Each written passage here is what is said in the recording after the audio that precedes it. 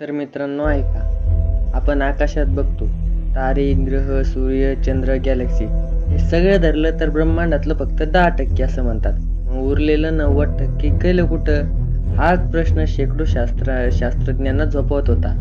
पण त्यांनी हरवलेला सगळा माल शोधून काढलाय. म्हणजे बघा, ब्रह्मांड खूप मोठं आहे, तिथं खूप काही असायला हवं. गॅसेस, धूळ, तारे, पण जेवढं दिसतंय ते फक्त 10%. उरलेला 90% पदार्थ म्हणजे काय?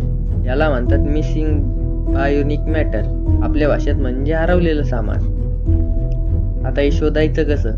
त्यासाठी शास्त्रज्ञांनी फास्ट रेडिओ ब्रस्ट म्हणजे अंतराळातून येणाऱ्या रेडिओ लाटा, जसं आपल्या गावात आवाज लांब जातो ना ढोल ताशाचा, तसंच या लाटा दूर दूर अंतराळातून येतात.